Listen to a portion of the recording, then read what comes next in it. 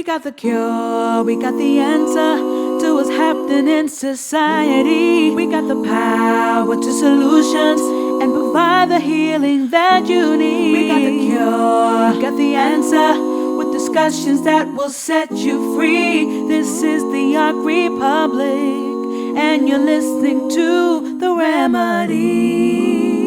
The Remedy. The Remedy. Arc Republic listeners, it is our esteemed honor to have the dopest, one of the dopest historians I know, who has been so committed to preserving and passing on the histories of people of African descent, indigenous peoples of the world, and particularly in the Americas. What's up, Dr. Will Guzman? How we doing, Will Guzman? Greetings. Okay. Greetings. Thank you for having me. Thank you for taking the time out of your busy, very busy schedule. Okay, so February 21st marks the 55th year, or I don't know if I want to call it necessarily an anniversary, but 55 years to that day, Malcolm X, one of the most prestigious, well-known leaders, Black leaders in the United States, was assassinated in the Audubon Ballroom in Harlem in New York. As a student of Malcolm X's teachings, studying Malcolm X, and as an historian, in this era of where you have cancel culture and political correctness, what makes Malcolm X and all of his teachings and what he talked about and the things he stood for still relevant today? Yeah, I think a couple of things come to mind. First, and most immediate, is his life of transformation. Brother Malcolm was one where he was never static. He was constantly in motion. He was constantly growing as a human being. And thus, I think that is still relevant for many of our people today, particularly the young people. How we're viewed today does not necessarily have to be the way we're viewed towards the end of our lives. And so I think with Malcolm, he kind of epitomizes those sentiments in the sense of his growth throughout his life, going from, someone who dropped out of school at the 8th grade to then moving to Boston and then becoming, someone who is involved in the crime world, and then obviously going to being incarcerated in the state of Massachusetts and the various jails there within the state. And then ultimately being released in 1952. And, within a very short period, less than, a few years, he would become national spokesperson for the Nation of Islam. And then, being kicked out of the nation, first being silenced in November of 1963, but ultimately, distancing and leaving the organization less than 6 months later, that entered a new phase of his life where he would take a trip to Mecca and visit various countries in Africa. And it was really there that he realized that going back to the U.S., it was absolutely necessary for him to be more involved and more engaged in the civil rights and human rights movement, and to be that thorn in the side of the power structure in the sense of how do we alleviate the conditions for the masses of our people. And so, unfortunately, his life was cut too short, murdered, as you've indicated, in February 21st of 1965 there in the Audubon Ballroom in Harlem. At the age of 39, just too young. He had so much to offer. If he would have lived, he would have been well into his 90s by now and still given us, that knowledge and that wisdom of an elder that he so deserved to become. But unfortunately, we have to, live sort of our lives through his life in the sense of his words, his book, and his teachings. There are many whites who are trying to solve the problem, but you never see them going under the label of liberals. That white person that you see calling himself a liberal is the most dangerous thing in the entire Western Hemisphere. He's the most deceitful. He's like a fox. And a fox is always more dangerous in the forest than the wolf. You can see the wolf coming. You know what he's up to. But the fox will fool you. He comes at you with his mouth shaped in such a way that even though you see his teeth, you think he's smiling and you take him for a friend. Yeah, Malcolm X is a hero, is a person, is a character that resonated with me. And like how you said, transformation, you know, because I went through a transformation. We all see ourselves in stories. And the autobiography of Malcolm X, that was, you know, for me, one of the first books that I actually read through. Like I wasn't a very studious person in my early years. It wasn't until my later years I really started picking up books and reading and wanting to learn. So his story resonated with me,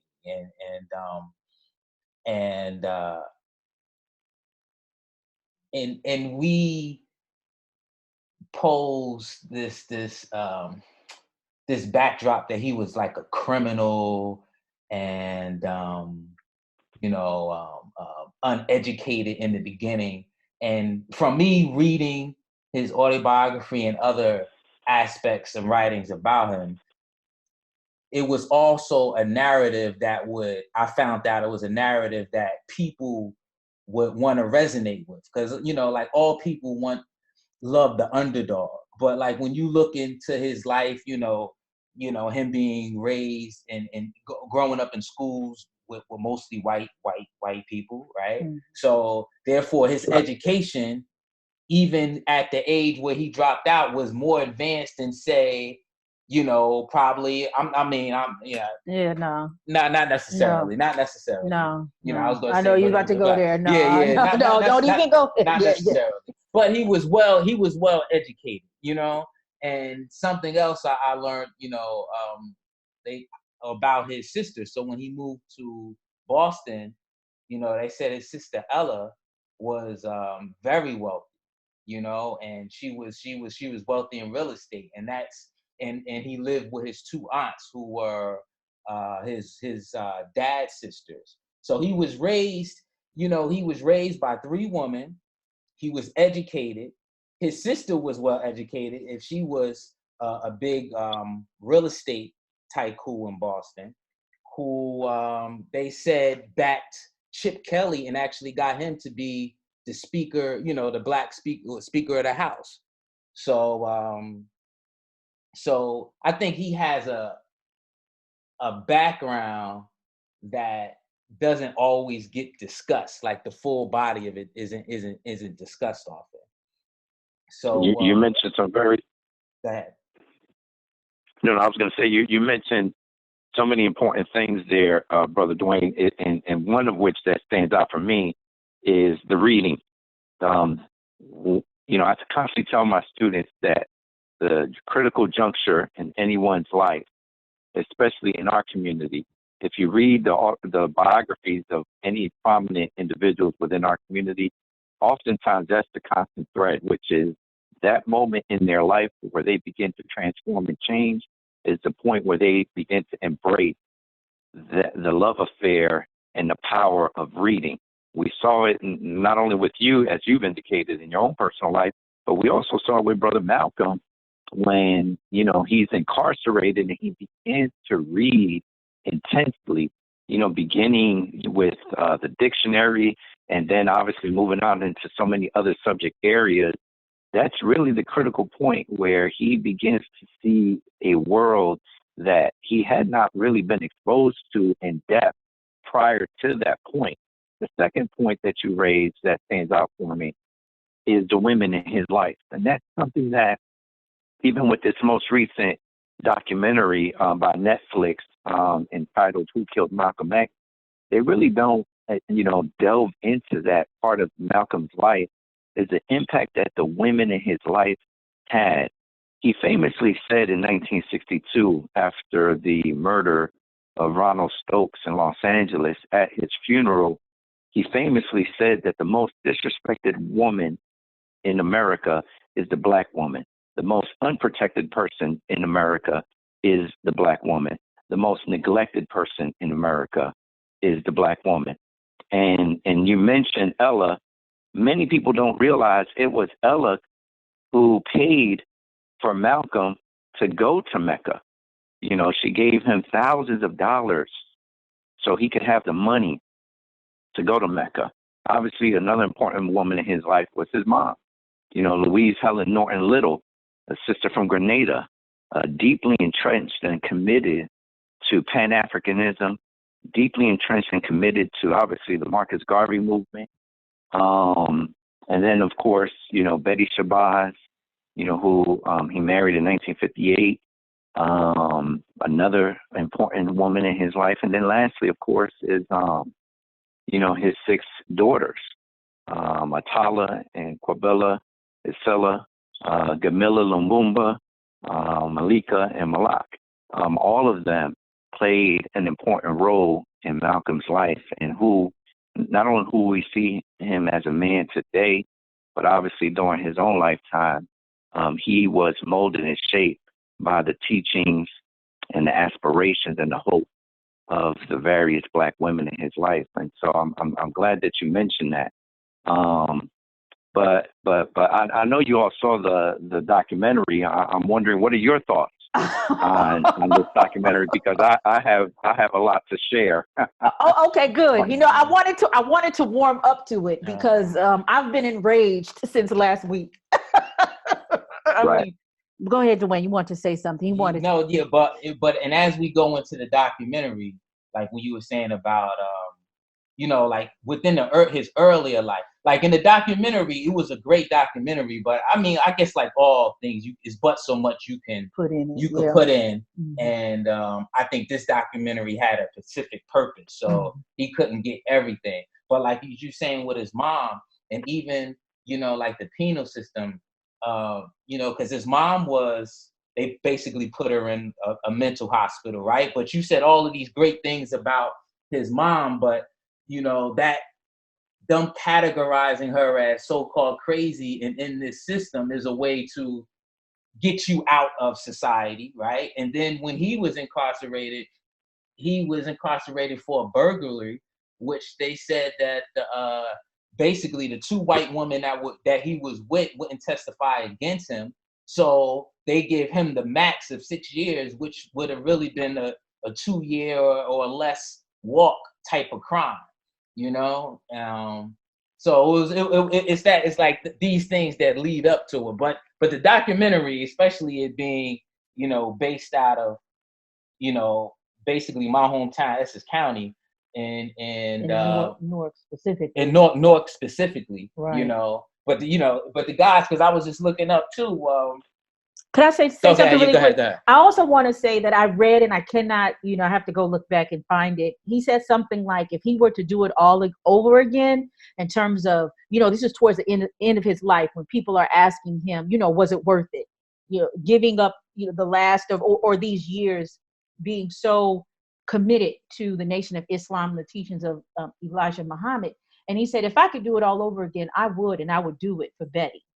So, you know, for me, he was kind of like, you know, the epitome of what Tupac said. You know, we got our name from a woman, we got a game from a woman. You know what I mean? Like, he was so his core, and so I'm so glad the way you brought that up. And Will, you discussed that, because his core was totally rooted in the respect, protection, and the admiration for Black women. I think what we see in an earlier Malcolm X, which makes his evolution so incredible. I used to work with foster care youth, and these foster care youth went to Black schools, Black children going to Black schools. Man, Will, these kids were so messed up. And so for somebody who is literally ripped from their parent, father is brutally murdered, mother ripped from their mother, siblings, and you are all spread out, and then you are situated in an all white or predominantly white community in which you're told repeatedly that being Black, you're not going to be anything. To come from all of that and to be who he is and who he was, in my opinion, shows not only him being remarkable, but it also shows the root in which he came from. There was a point in which everything clicked for him. Whenever that happened, he understood that the powers that be and everything was designed and set up against him. And so he made a conscious effort in order to move forward and move past it. I just needed to say that. And I think that also resonates with a lot of people, Because if you are oppressed or you represent an underrepresented group or person in a society, there is a point where it all clicks at how you are systematically left in the margins. I totally agree. I totally agree. Is that knowledge itself becomes so important. As a young individual, we may come up in this very cruel and harsh environment, not realizing what is at the root of our frustration and anger. And what Malcolm did, both in his public, face, in the sense of his speeches, not only in Harlem but elsewhere, what he did was to remind us what was at the root of that frustration. We didn't have the words or the vocabulary to articulate that frustration. We just knew we were mad and angry, but we didn't really know why until Brother Malcolm would come around and give us that verbiage that was so important, but also in tangent with that research, that writing, that reading. And that's what makes Malcolm, I think, even so remarkable in that sense, that he appreciated that reading and the research and the writing was what informed him to become such an articulate spokesperson for our people in those public spaces. So when he would debate, whether it be on NBC or whether it be debating someone at Oxford University or elsewhere, or when he would speak publicly, it would just come to him in the sense of, hey, all that hard work, all that reading, all that research would come to the fore to inform us of what were the issues. And the issues, at least in his mind, and I would totally agree with him, would be issues of 1, imperialism, 2, colonialism, 3, the history of the African Holocaust, the institution of slavery, and then, of course, all the other particulars, Jim and Jane Crow, overt discrimination, police brutality, all these issues, the exploitation of Black people, both in the workplace and in wages, all these issues that Malcolm reminded us of would come to the fore. And this is why he still resonates with us today, 55 years after his murder, and as well as obviously during his lifetime. Okay, so Netflix last week put out a documentary, Who Killed Malcolm X, which is about a man by the name of, what's his name? Did you get his name, Dwayne? Okay, I'm gonna have to fill that in. I've got his name. The brother Abdul Rahman Muhammad. Yes. So the documentary surrounds Abdul Rahman Muhammad,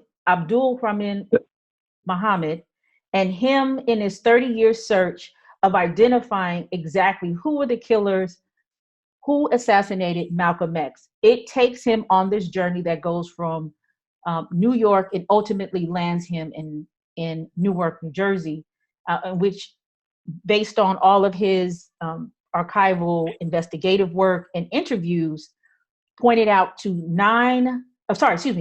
to 4 men who are said to have been members of Number 25 Nation of Islam Mosque in Newark, New Jersey. And he was in search of what he believed to be the last surviving assassin of Malcolm X. And when he found him shortly thereafter, or sometime after he located him, he died.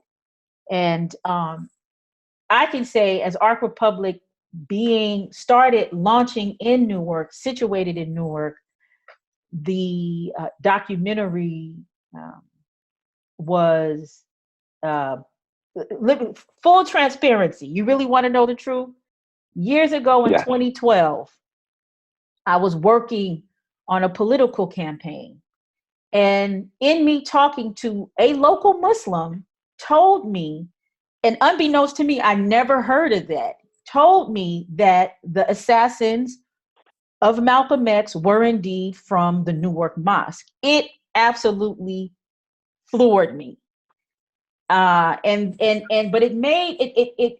it made sense, because around that time I was speaking to another guy. I'm assuming that he was Muslim as well, but I had never heard in my entire life somebody say disparate, with the exception of some of the things that I heard Farrakhan say about Malcolm X, like old stuff. And even one time when I was sitting in an audience listening to Farrakhan talk about Malcolm X personally. I'd never heard anybody say things disparagingly about Malcolm X, but essentially this guy said he got what he deserved, and if he would have just fell in line and stayed in his place, then he wouldn't have got assassinated, but he got too big for his britches, and that's what he deserved.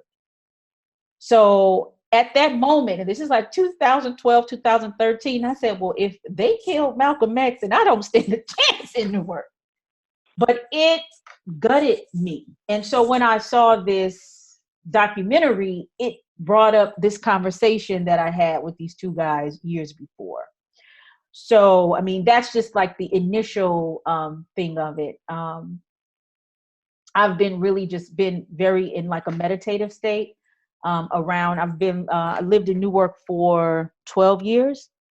And there are several things in Newark. Every community has its issues, but there are several things in Newark that have become like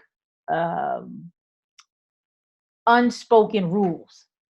One of the unspoken rules is that you do not in any way push against or challenge the Black establishment, and you definitely don't say anything against Muslims, because you would disappear, something would happen to you, or some harm come to you. That was something that has been told to me on multiple occasions when I've been very critical of the administrations in Newark. And so it's like, now I understand where kind of like some of these roots come from. So these are kind of like my, superficial takes on the movie. I mean, on the documentary. Yeah, I think those are some excellent comments and reflections that you're making there. One thing that I found fascinating when you asked me to do this interview, I immediately began to think about who produced this Netflix, miniseries, if you will. And that's one of my criticisms. I have about 2 or 3 criticisms, or for lack of a better word, maybe instead of criticism, maybe a better word would be just commentary. Is that Rachel Dretson and Phil Bertletson. These are 2 individuals.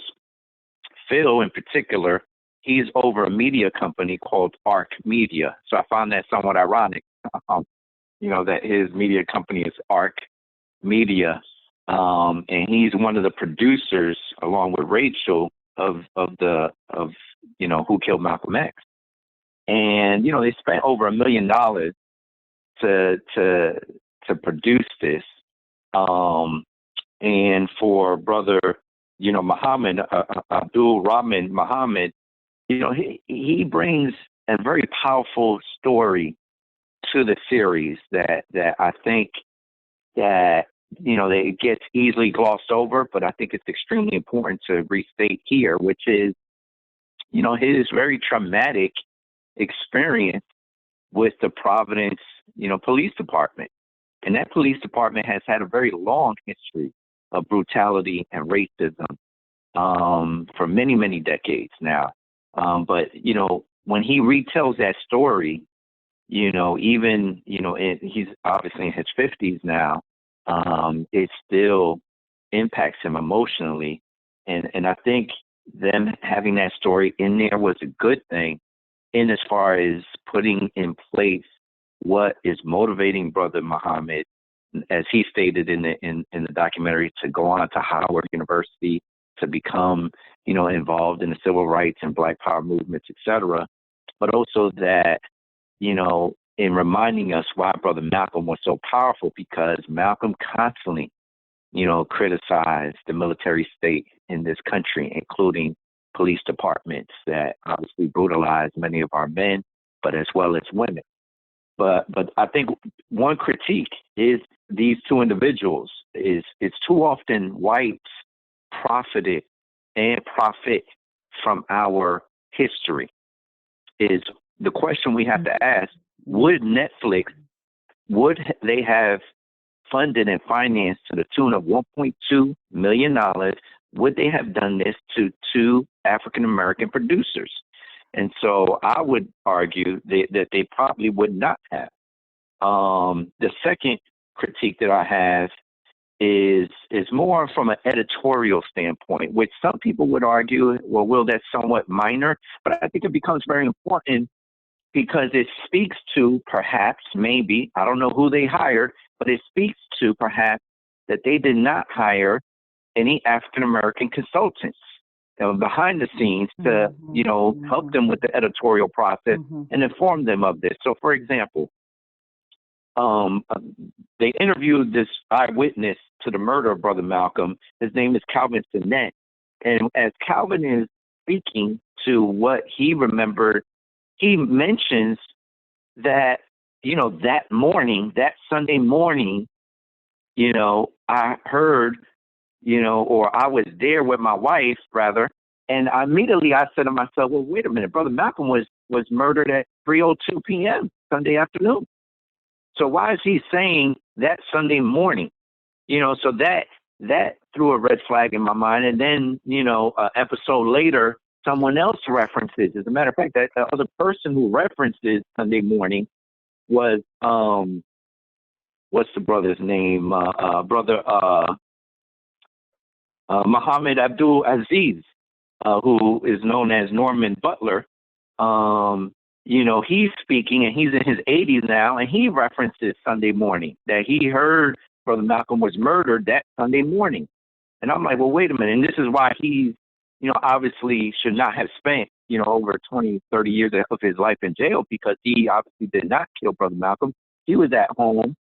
But in both of those instances, I'm wondering, well, maybe I'm wrong. Maybe Brother Malcolm wasn't killed at 3:02 Eastern time, And so I had to go and do my research and reread the book. And I'm like, no, he died, he was murdered that afternoon. And so that's something I think Netflix or the producers, if they would have hired some African-American consultants, that easily could have been corrected. A second issue that I had was, the footage and the people that they interviewed, or the people that they did not interview, I guess. So for example, they didn't really, although Benjamin Goodman was obviously dead by now, he died in the late 1990s, but, they could have used other footage. There's a lot of footage out there on Brother Goodman, and just for the viewers or the listeners of your show, Benjamin Goodman was one of Brother Malcolm's right hand men. He was one of the he was on the security detail, and he was present that day. Real good brother. Brother Malcolm trusted him tremendously, but I think the Netflix producers dropped the ball in the sense that they could have used a lot of footage, including Gil Noble's documentary on who killed Malcolm. Gil Noble did an excellent documentary in the 1980s in trying to repiece and recreate Brother Malcolm's murder. They could have used his footage. They could have used a lot of other footage of interviews of Benjamin Goodman talking about that day, that afternoon. And so, and then lastly, and then I'll be quiet because I don't want to, dominate the conversation, but I could continue. Lastly, my last critique is, I'm like, why interview David Garrell? Yes, he's a Nobel, Pulitzer Prize winning historian, but his history focus is on the classical civil rights movement, and his biography is on Martin Luther King. His research focus is mostly on, your traditional civil rights movement. His research is not on Black nationalism. It's not on Malcolm, And so I'm wondering, why have David there throughout the series giving commentary about Malcolm when that's not really his research focus? I thought that he was there just for window dressing, in a sense of, let's get a white historian here who could, speak to these issues. But I'm like, well, man, there are literally hundreds and hundreds of Black historians in this country that they could have easily had in place of David, And so That's I'll just be quiet from that point. I have some other critiques, but I also have some good things that I found about the documentary. But I'm gonna let you choose. You know. Yeah, can we respond to that, Dwayne? Your thoughts? No, I'm with you. You said a lot. But It's really making me think. You know what I mean? Yeah. Well, I thought the same thing. One is Netflix, so anything that comes through the dumb, I look at the dumb tube, the dumb box. There's a reason behind it, right? So it's almost the same thing with the Kobe Bryant thing. Their emphasis in the movie was more so on the black on black crime. In it, a black man shot another black man instead of really, because he dissecting because he was showing how this black man was able to kill another black man because he had the help of a white man, and you know what I mean, he had the help of the government, right? So it's like and then in the documentary, everyone kept telling him, dude is protected. You know what I mean? What was William Bradley, I believe his name is. He's protected. One guy said he's protected by the state. He actually said, man, you can't touch him. He's protected by the state. At his funeral, which was in East Orange, because a lot of these characters, they're back and forth, because I'm from Essex County, so like Newark and East Orange, the border, Newark is small, and the border between East Orange and Newark is a veil, is thin. So he got buried. The funeral was at the mosque on 4th Ave. William Bradley, where you had it was the State Department. What was the lady? What was her who came and visited, and then he interviewed her. Lieutenant Governor. Lieutenant Governor. Yes. Right. So, Sheila Oliver. So you have this connection. You have Cory Booker, right? So you have all of these. You don't just get into this scene, without being known or vetted, right? So everyone knew who this man was. Even I was talking about when we were talking about my father in law enforcement, right? So he was saying the guy who, when he was sitting at the table, and the son. Right.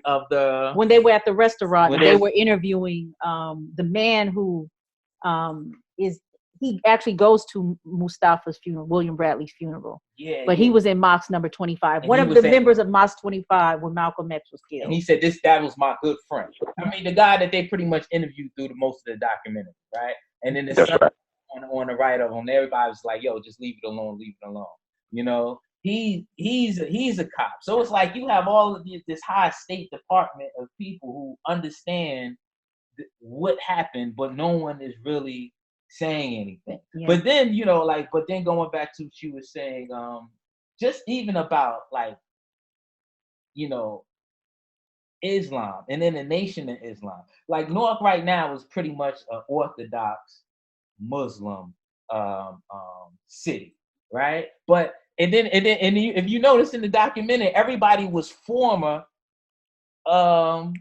members of the Nation of Islam. A lot of them have left the Nation of Islam and became Orthodox. Right. So it's like you were protecting this idea of the Nation of Islam, willing to sacrifice a man for something that you actually no longer believe in. Right. So, but then it's like, even with Islam, I see Islam taking over, inner cities, because by that time, the mass incarceration, I guess, start happening in your 60s, and people's coming home from prison, and we started moving away from the white Jesus, so Islam really took over, because that was, I was born and raised in the church, and then I kind of switched over to Ansar Allah Islam. And then from there, I kind of branched out, Ansar Allah, 5%er, the YBA. So all of these different branches, and you can see the branches are still evolving, Well, I think that's a really good thing. I don't think that the documentary really kind of even breaks down that there was Islam in Newark before there was a Nation of Islam, that there was actually kind of a bubbling community at the very least that retracted or moved away from Christianity with Father Divine. You know what I'm saying? So there was actually this community in which in my opinion, the Nation of Islam kind of naturally evolves into. Mm-hmm. But I want to talk about really quickly. I have got to answer your really great critiques about from the media perspective. Netflix putting that much money, 100%, I agree. $1.2 million to that type of documentary, they would have never given it to a Black person. They would have never given it to a Black person. I am sure of that. I totally agree. And it totally, and it's really disturbing that a lot of people are using Netflix as now kind of like the alternative streaming vehicle in order to watch documentaries about social justice, and particularly social justice around Black folk, Indigenous folk, when they're going through lawsuits and there is actually records, and not just Monique, of the underpayment and exploitation of Black creative art. Let's get down to the interviews.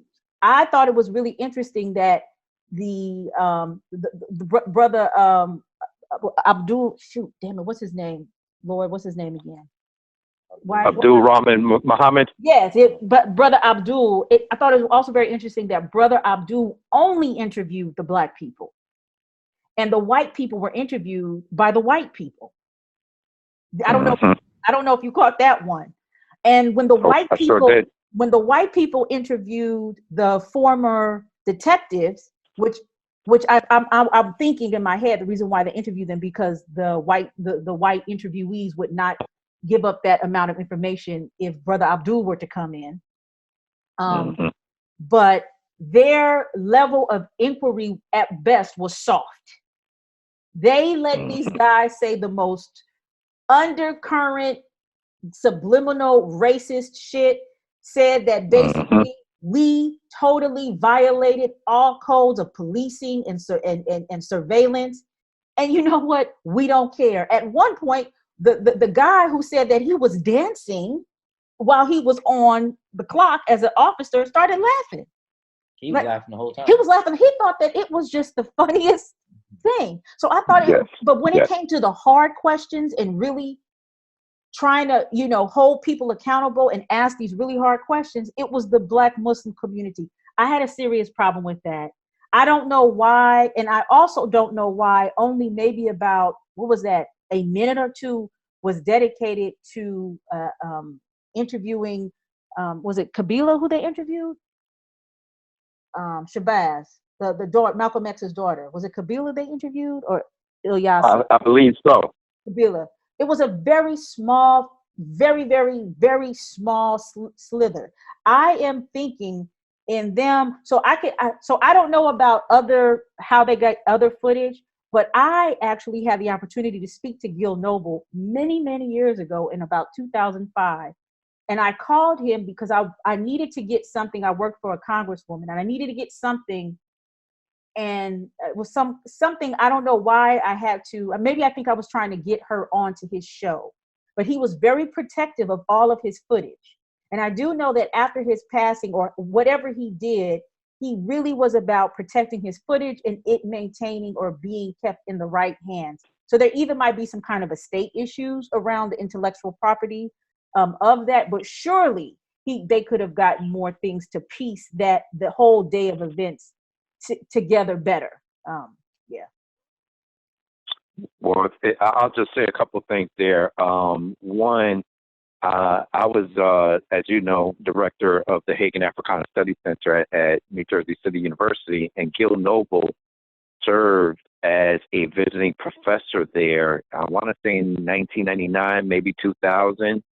And while he was visiting professor, he and his family agreed to donate the entire collection of his interviews, beginning in the late 1960s, all the way through the early 2000s, to New Jersey City University. And New Jersey City University, I believe, had to pay at least $100,000 at that time for that collection.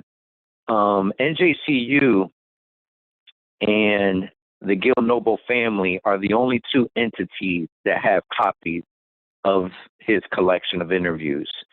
He has classic interviews in there. He's interviewing Dr. Ben interviewing Brother Leonard Jeffries. He's interviewing so many luminaries of the movement in his collection there. I say all that to say simply that as director, the collection was, I would literally see the collection every day, because the collection, when I became director, was initially housed in, some room in the library there on the campus. But when I became director, I immediately demanded that collection be moved to my office because I said, I gave the rationale that we should have access to that, that collection should not be just accessible to, anyone in the library, that it should be housed in the Hagen Africana Study Center. And when I quickly began the process of moving them, however, they are in Betamax format. And that Betamax over time is becoming more and more fragile. And so because of that, we could not use it. And so, obviously I'm no longer employed there, but we were trying to get a grant so we could then convert that Betamax to an either MP3 digital format so we can make it accessible online, or a DVD format. But that initiative never came to the fore. But nevertheless, I say all that to say simply that we have, authority to share that with students and researchers. We do not have the authority, however, to share that with individuals who are going to profit from that footage. Only the Noble family could give that consent. Oh, okay. And so, and the Gil Noble Foundation, which is based out of Montclair, New Jersey, you could write them, they're easily accessible. So Netflix, I think, here again, because they didn't have any African-American consultant, could have easily gained access to that footage.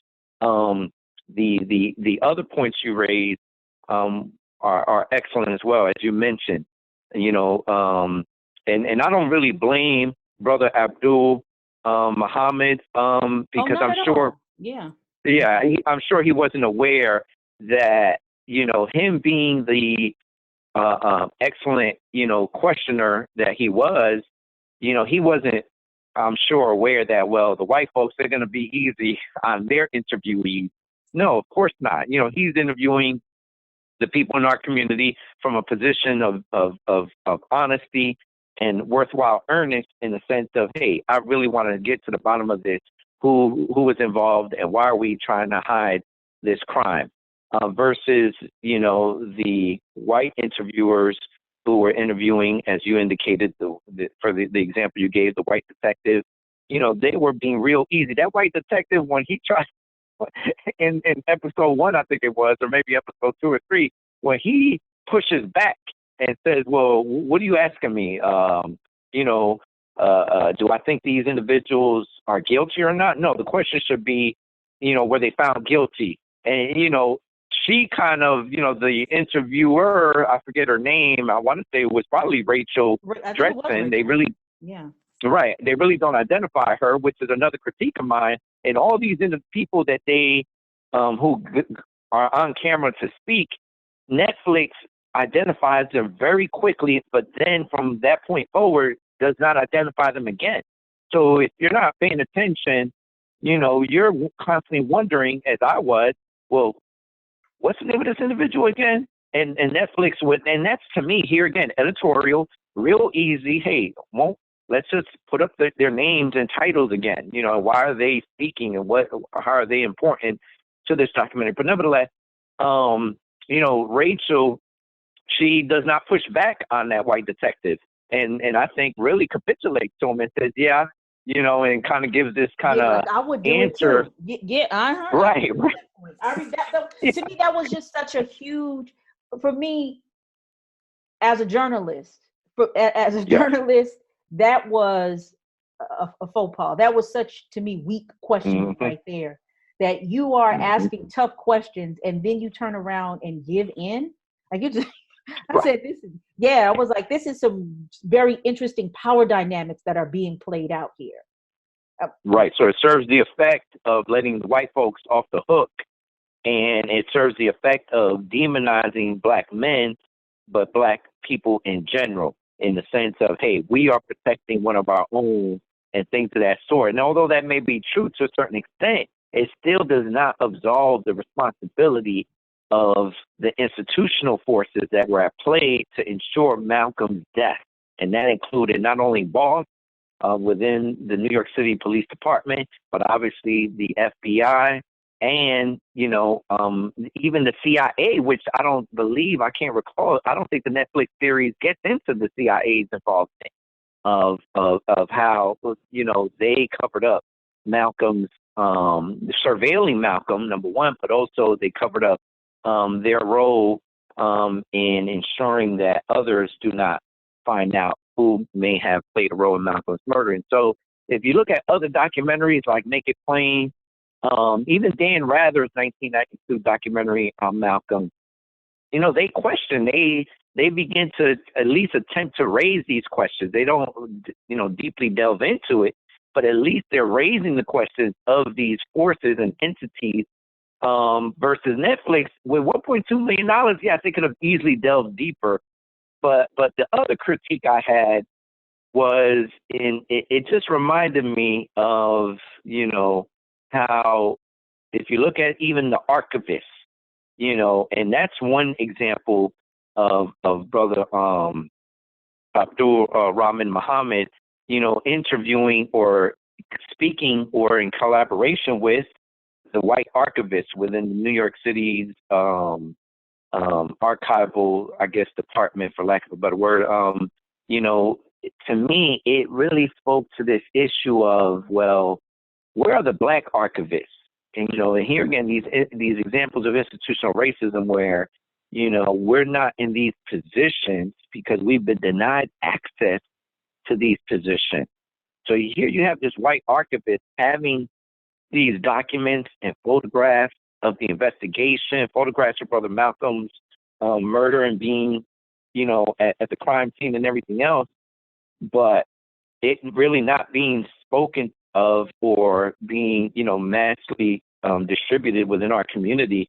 And I think if you would have had Black archivists being employed there, then we would have been more, earnest in the sense of, hey, let's get this out to our community and to the public in general, because, it's so important. And then lastly is, they're not saying anything new. In other words, this Netflix series is not really revealing anything new.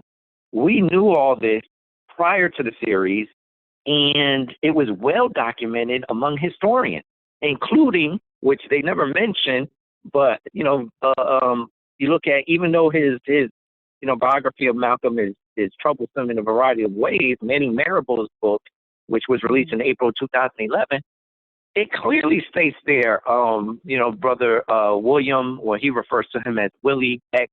Bradley, including his new name. It clearly, states there that this brother was still alive, that he had something to do with the murder and everything else. And so Al-Mustafa, that's his name now. Al-Mustafa, Manny Marable, names him in the book. And this book was released, 9 years ago? And so Netflix is really not saying new. What it reminded me, and it really speaks to, is this media-hungry society that we are, that we're only moved emotionally or moved into action being prompted by a documentary, which is good and important, but this is 9 years too late. If we'd have read, Manny Marable's book, which many people obviously did, but I guess not in position of power in the sense to allocate these resources. So when you have the New York City, prosecutor's office, this past week, just a few days ago, I want to say it was last Wednesday or maybe last Tuesday, the New York City prosecutor's office formally announcing that they are going to reopen and investigate this case. What I thought about immediately was, well, why did it take Netflix for you to do this? Why not do this, 8, 9 years ago when historians were already documenting this And so, that's what I thought about, most immediately. I honestly, a lot of people don't read, and that has been that has been one of the things I've been saying for a long time. And this is, and we have become a very well-trained society that is informed off of Instagram posts and social media posts and headlines. And this is the reality that we're in. I was just saying this today. How I think it's a sad irony that, if I'm on social media or I'm looking through social media, I see Black people reposting stories about brutality and discrimination and injustices against Black people that's on a white-owned media site. That is so, I was like, I said, the crazy has gotten bizarre. And we have become so comfortable. And to even make matters worse, places like the New York Times, the Washington Post, and just a litany of other media companies have a paywall, meaning that if you don't have a subscription, you can't get in and even read it. So we have just become a nation of reading headlines, right? And to me, this is, in my opinion, an example or one of the major ramifications of degrading the library system, of becoming this digitized society, and not encouraging folks to read. I mean, we went from a society that encouraged reading to then, in terms of, like, if you want to talk about these Black intellectuals that didn't occupy the traditional, ivory tower space, right? To all the lectures, there was a point where there were just a lot of lectures. Dr. Ben, John Henry Clark, they were heavily, touring around doing these lectures. So when they all died, then it became like these, I would call them YouTube, they would, so then those who had videos of Dr. Ben and Dr. John Henry Clark would then post them on YouTube, or have these clippings, not the full video, but clippings of the videos. And now what we have people regurgitating what these folk told us 30, 40 years ago, 25 years ago. And so now we have been reduced to these, I read Instagram posts and I know who it, this is from this person, this is from that person. But, there are a lot of people who don't know because we simply do not read. And also, I think another thing is that you mentioned and you emphasized there still is not a large representation of Black folk in the academy. As much as it might seem, and not only there's not enough of us in the academy, there's definitely not enough of us in key decision-making positions. That is so critical. And so now, most of us are in these positions, where we are in very vulnerable spaces and, treated as if we're the hired help, as opposed to, really contributing intellectually, socially, and culturally. Exactly. And I think that, too often that gets glossed over, especially in the media outlets that you mentioned, these mainstream outlets, they're really not covering this issue of institutional racism and discrimination at these various sectors of the economy, including not only the media, but as you mentioned, academia, and I would even go as far as say even corporate America. We're not filling the C-suites, if you will. We're not represented in the corporate suites of Fortune 500 companies. And so because of that, our voice is not there. And thus they could and have and will continue to get away with what they've been doing, including what Netflix, is doing with this, profiting off of our history and denying us even access to that history. As you mentioned, the paywall, that the New York Times and the Washington Post, all these other outlets, they have the resources to do this kind of in-depth investigative reporting, but yet, if you're not subscribing to Netflix or to these other entities, then you're even being denied of your own history, and that's the irony in that, so the people that really should be looking at these these types of and reading these types of stories or not. And as a result, as you've indicated, we become just fascinated by the headlines, but not looking into the details. And those details include, I'm referencing 2011, but if you look at Thomas 15 X Johnson, and he's the other brother who died.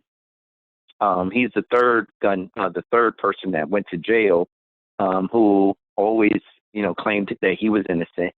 Thomas 15 X Johnson, when he's released out of jail in, I want to say the early 2000s, maybe 2002 or 3, within months, he does an oral interview and he names, some of these individuals, or, at least at the very minimum, he continues to remind people that he had nothing to do with it. And that if you, simply look at or talk to, prior to his death, Thomas Talmadge Hare, Brother Mahid Abdul Halim, that, and he said this back in the 70s to not only William Kunstler, as the documentary stated, but also this was well known. It didn't have to take a Netflix documentary to remind us of this. This was well documented that, Brother Abdul Halim names people such as Bradley. So we could have at least talked to Bradley, back in the 70s, back in the 80s, while he was incarcerated in New Jersey jails in the 80s, and so by the time he's released in the late 80s and 90s, we surely could have interviewed him, but, no one did. And one of the good things about the Netflix series is when they do interview someone like Cory Booker, who attempts to hide and mask the fact that he did not know, and then awkwardly ends the interview abruptly and walks away, and so at least Lieutenant Governor jumped out of his skin. His eyes almost popped out of his head. Exactly. Oh, I was like, I thought Lieutenant you knew Governor. Pookie and Ray Ray, Corey. I thought you were in touch with Pookie and Ray Ray and T-Bone. Okay, I'm sorry, I just went. Exactly. At least Lieutenant Governor Sheila Oliver had a lot of poise, and I thought she handled the interview very well when Brother Abdul Rahman was interviewing her at her office in Trenton. She handled it very well, although I think she still was wrong for even, attending his funeral and trying to gloss over the fact. But, at the end of the day, as Brother Rahman Muhammad reminds us, is we should be seeking justice, not only for Brother Malcolm and Betty, not only for the entire Shabazz family, but most importantly, for us, for our community, for our people. Mm-hmm. We should deserve and demand justice in the sense of that, there are and has been for centuries collaborators who have worked with our oppressors to undermine our community. And Bradley, I think, one could argue that he's one of those collaborators, right? Mm-hmm. In the sense of, hey, what drove you to do this to our beloved shining black prince, as Ossie Davis famously said in his eulogy? What would drive you to do this? If the issue is, well, no, I did not have any orders from up top, which here again was well documented. Not only did Elijah Muhammad want Brother Malcolm murdered, his inner circle, which included his family, most importantly his sons, wanted Brother Malcolm murdered. And Wallace Dean Muhammad said as much back in 1976 when he broke away from the Nation of Islam and started his own Orthodox brand or version of Islam in Atlanta. And so, it was already well documented that Elijah Muhammad and his inner core wanted Brother Malcolm murdered. They never mentioned, ironically, Farrakhan in the documentary. I said that. I said, well, where is Farrakhan? Right. And even up until the 90s, like I said, I remember as yes. it was right when the Malcolm X movie came out, because the Nation Islam did not want that movie to come out. They did not want that movie to come out. And Yes. I can recall being at a Savior's Day with my father, and Farrakhan said something to the tune of, he was a traitor, and this is what happens to people who betray the blah, blah, blah, blah, blah, whatever. And I mean, the crowd went crazy. And I remember my father looked at me, he said, "Get up, let's go." You know what I mean? And we, so even, so I was like, so there isn't even if Farrakhan did not want to be interviewed, Farrakhan was also very close to Malcolm X at that time as well. I was like, that's a very formidable figure that's missing. This is very interesting here. Right. Very interesting. I think too is they could have looked at other officials, including white officials, who were complicit. Yes, they interviewed the one of the detectives that had showed up at the crime scene. I forget his name. It wasn't the one that you referenced earlier with this other individual who said to the interviewer, "Well, we made him a deal that I knew he would turn down, which was, hey, we'll protect their family." He knew Malcolm would reject that. I forget that name, but they could have interviewed so many other individuals that were complicit as well. And who knows, maybe they tried and were, rebuffed. But, I think that they still, ease that burden off the institutions that played a role in undermining. For example, and it's a well documented, and this, and I'm sure many of your viewers already know this, with COINTELPRO, they would sign letters that would give the appearance that, hey, this is Brother Malcolm signing these letters. So, for many members of the Nation of Islam, especially those based out of Chicago, they would read these letters thinking, hey, Brother Malcolm is off the rails here. Brother Malcolm is attempting to undermine us, when in reality, the issues, it was really the FBI and other entities. But the last thing I want to really mention is... But even also, I just want to say this, even the connection of Malcolm X's father being a member of the UNIA and Marcus Garvey being J. Edgar Hoover's first major case, and is really how the FBI is formed. So there's no coincidence that you have, some decades later, that the son of a very prominent UNIA member then emerges as this Black leader in the United States. J. Edgar Hoover was going crazy. That he knew this, and there was documentation of that. So these are like little things to help kind of build this whole story. I would say that it was, so there were things that I didn't know, honestly. There were things that were mentioned in there that I did not know about the Malcolm X case. I never followed it as closely as you have. So I learned a lot. And actually I learned there were some things that I said, in talking to you today that I stand corrected on. But I thought it was very interesting. I don't know if this is the editing portion, if the people were attempting to build this multidimensional Malcolm and show his flaws, or because it was, to me, I was the way in which he was presented as this very flawed person, even within going through all of that. I thought that was really very interesting. I don't know if you saw that, but to me, I just saw some kind of like notes of that, perhaps even suggesting he was being petty and he was going tit for tat. I just saw that. I don't know, maybe I'm tripping, but no, I saw that as well. But I will say this about the Netflix series as a compliment.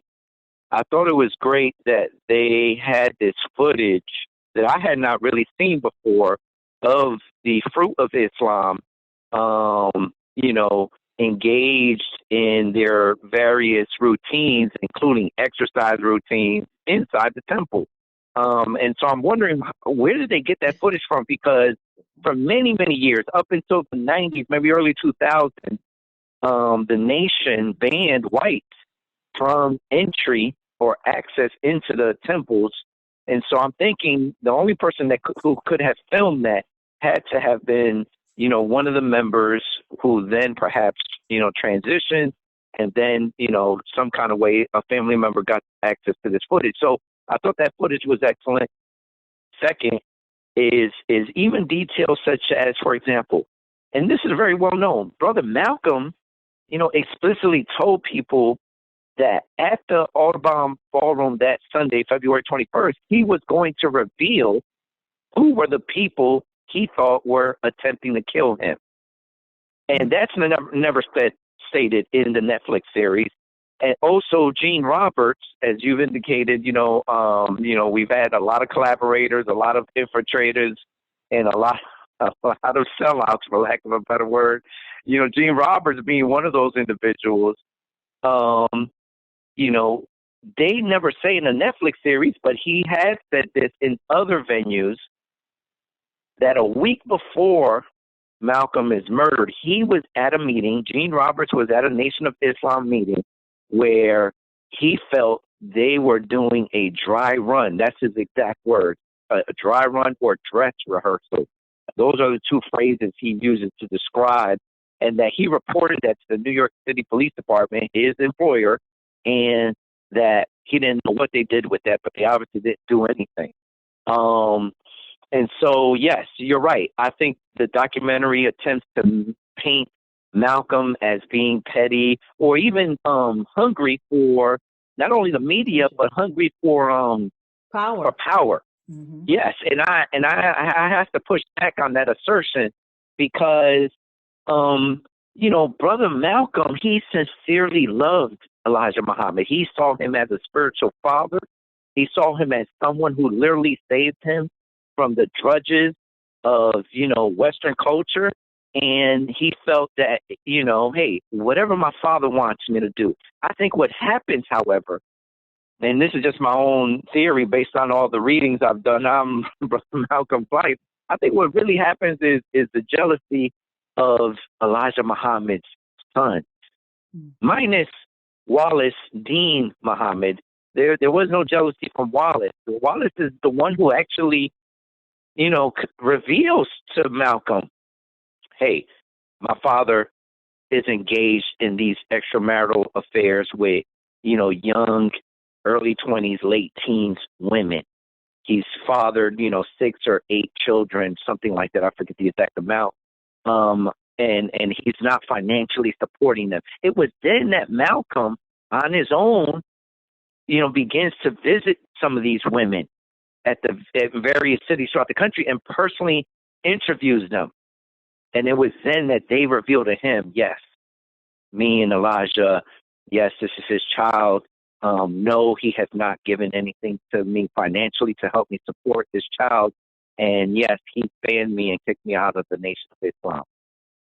And so it was really then that Malcolm kind of wakes up to this reality. But in addition to that, it was also because, you know, the other sons who were jealous of Malcolm, they begin to make, you know, Malcolm's life very difficult for him. And they begin to ensure that that closeness of a relationship between Elijah and Malcolm, that has to cease in order to begin that process of rupture. I think that's really what motivates Malcolm at the end, even when he's silent in November of '63. You know, even then he's still faithful and loyal and committed. He's thinking, oh, okay, this will just be a few weeks or a month or two, but I'll be back as, you know, national spokesperson. But unfortunately, when he realizes that no, you know, they don't intend on bringing me back. As a matter of fact, they intend on killing me. You know, it was then he said, hey, I'm going to break away. And I think that occurs in March of '64. And he leaves to Nigeria and Medina and Mecca in the following month in April and May of '64. So anyways, I'm sorry to go off on that tangent, but I think that. But I just want to add this part. But one of the things that happens when he comes back from Africa, right, which, you know, I think that was glossed over a lot, of the impact of him being in Africa was that he was also planning to sue the United States government for genocide at the United Nations, which solidified these very Pan-Africanistic movements. And I think that's one of the things that wasn't mentioned. I don't think that was mentioned at all. He wasn't just simply, hopping around Africa, finding himself and everything. He was actually doing some really huge and critical political work. Exactly. And then the other thing that I will compliment on the series is the imagery of juxtaposing Malcolm's words with the images of, for example, Eric Garner and him being murdered by, the New York City Police Department there in Staten Island. I can't breathe. The imagery of, LeBron James with his T-shirt and his hands up, don't shoot, and Michael Brown and the protesters at Ferguson. Those and the rise of the Black Lives Matter movement, those images were extremely powerful when you juxtapose them with Malcolm's words and critique of, the racism of the United States. So, that was a good thing about it, about the series is it helps the viewer see and contextualize the current movement to remind us that Malcolm is still relevant today. Well, I think that is a good a good way to kind of stop this really great discussion and wrap up your thoughts. Go ahead. If you would allow me, yes. I just want to say these last words, and then we could end it out, and I'll stop talking. I want to encourage your viewers and listeners to look at Baba Zak Kondo's book, Conspiracies, Unraveling the Assassination of Malcolm X. Baba Kondo, of course, is interviewed in that Netflix series, and I think they should have given him more, airtime than they did, because his life's work, including this important book, has been focusing on Brother Malcolm's assassination. And then the other two books, A Lie of Reinvention, edited by Jared Ball and Burroughs, as well as By Any Means Necessary, Malcolm X, Real and Not Reinvented, edited by Herb Boyd. And Boyd is interviewed in the Netflix series as well.